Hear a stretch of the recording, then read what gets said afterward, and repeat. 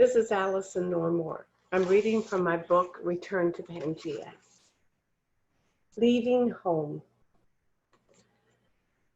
A growing awareness of multiple levels of reality set the stage for my introduction to indigenous ways of wisdom and eventually take me back to the place where I was born.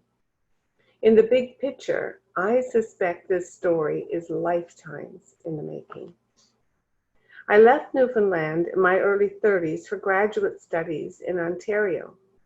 Apart from my immediate family, I maintained only a few significant friendships back on the Rock, an affectionate term for the island of Newfoundland, which is indeed a rocky, mineral-rich terrain.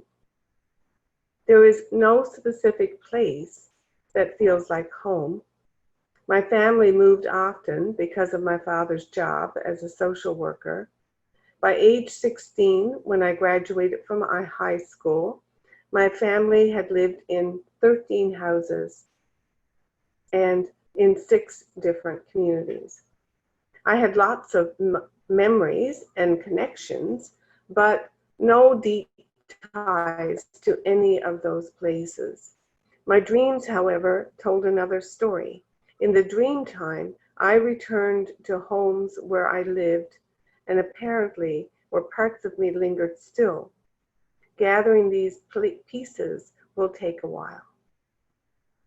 I married at 20, and shortly after starting university at 28, my marriage ended.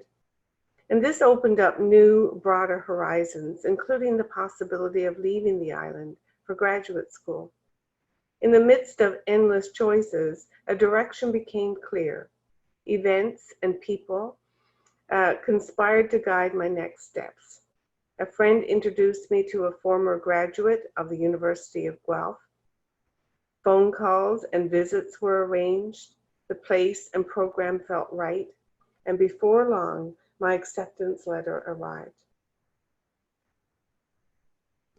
My eldest sister and her husband decided to move to Guelph too, and found a house for us to live in. All the pieces fell in place. I traveled light. All the stuff from dismantling a household was sold or given away. What was left fit easily into my Honda Civic. A friend flew from Toronto to drive back with me.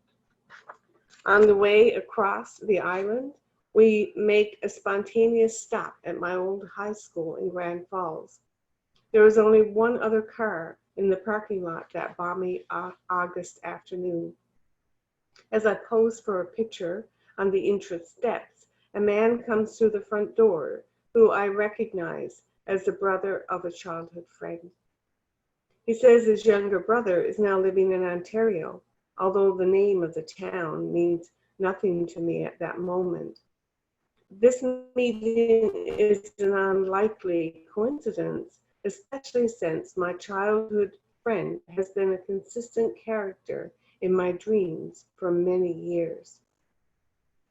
I leave Newfoundland with mixed feelings, excitement and anticipation for what is to come, but also sadness as I leave behind what I see as a failed marriage, close friends and family, including a doomed romance. The first months in southern Ontario are strange and exhilarating. Life moves faster. There is more of everything: roads, cars, houses, high-rises, malls, concerts, and people. In contrast to home, the flat landscape in late August is hot and bright, and immaculately arranged flowers grow in abundance everywhere. Yet the expansive manicured green lawns are strangely empty. My new neighbors are curiously always out of sight, and I wonder when they tend their perfect gardens. Perhaps gardeners descend in the night or early morning hours. The store-bought jam is suspiciously red and short of berries. The food tastes bland. Most of all, I miss the mountains and the ocean, the wind and the rain. It takes time to realize I also miss the rugged unpredictability of the landscapes and wild weather.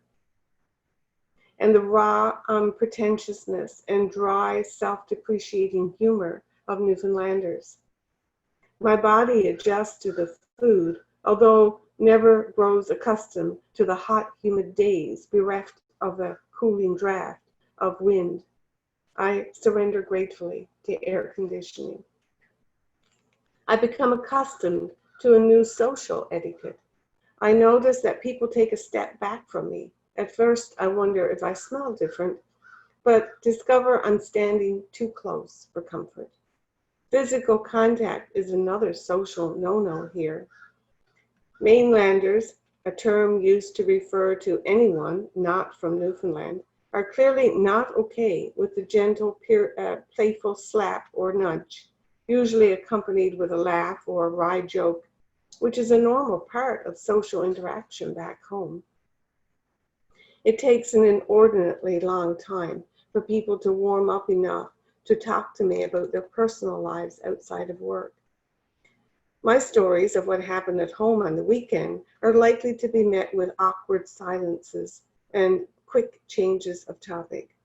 I'm accustomed to hanging out with my professors, sharing a table at the cafeteria at lunchtime, and socializing in the local pub after class. Here, the students meet together at the pub, and socializing with instructors is rare and formal. It is a new world with a different rhythm and tone, and I feel like a fish out of water. I adapt, of course.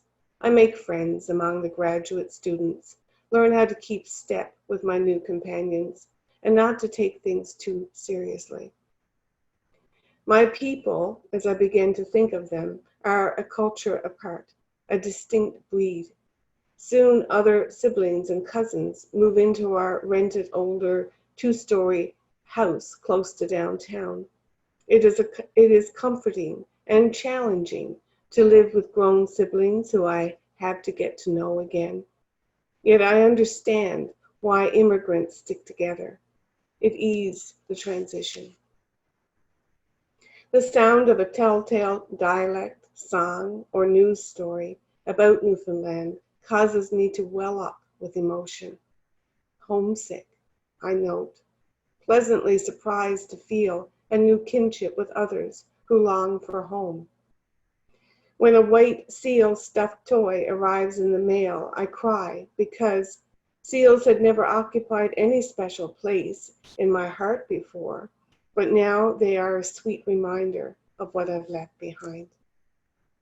In the meantime, I come to see beauty in the gentle rolling fields given over to agriculture, appreciate the consistent sunshine and lengthy growing season, and I fall in love with the grand old walnut tree standing protectively at the side of the house. My family and I make friends with the ghost of our rented home and paint the walls bright new colors. We plan parties with the cousins, make Jig's dinner, a favorite Newfoundland meal of root vegetables, cabbage, salt beef, and yellow split peas cooked together in the same pot, and dance to traditional music suddenly dear and familiar.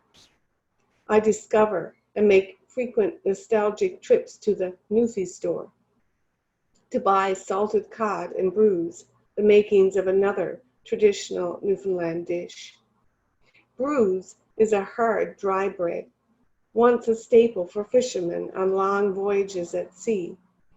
Fish and brews is becoming my favorite meal. In a long neglected flower bed against the side of the backyard shed, I plant pink impatiens and dusty miller, encircling them with rocks dug from the garden soil. During the first week of university orientation, I attend a seminar on coping with the inevitable stress of graduate school. The instructor leads us in a guided meditation to an inner place of retreat. To my surprise, and without prompting, a woman I neither recognize nor remember in real life appears in my imagined inner meadow. She is seated and relaxed, as if she's always been there, waiting for me. Her smooth, shiny white hair is pulled back loosely into a bun at the nape of her neck. Her body is solid. Her smiling face and eyes exude love and wisdom. During my early adult years, I'd often longed for a counselor to talk with to help sort out my tangled thoughts and feelings. But this is my first experience of the power of the unconscious. Over the years of graduate studies, I will often pick up my journal and begin a conversation with the wise old woman, who I call Wow for short. She is always waiting in the meadow, and her responses to my questions affirm that I am loved and all is well. This perhaps lays the foundation for an even greater expansion of consciousness about the invisible realms that comes a few years later. While I notice coincidences and want to believe something greater is at work below the surface, my skeptical self is cultivated by an immersion in academic environments and our predominantly rational and materialist Western culture. Yet at significant crossroads in my life, unpredictable events and chance meetings lead me to conclude that there is something more going on than I can readily perceive. Not to mention the miraculous circumstances that bring me through multiple medical emergencies arising from having type 1 diabetes, diagnosed at 9 years old. I suspect dreams are also evidence of this invisible realm, and I need to be alert and pay attention.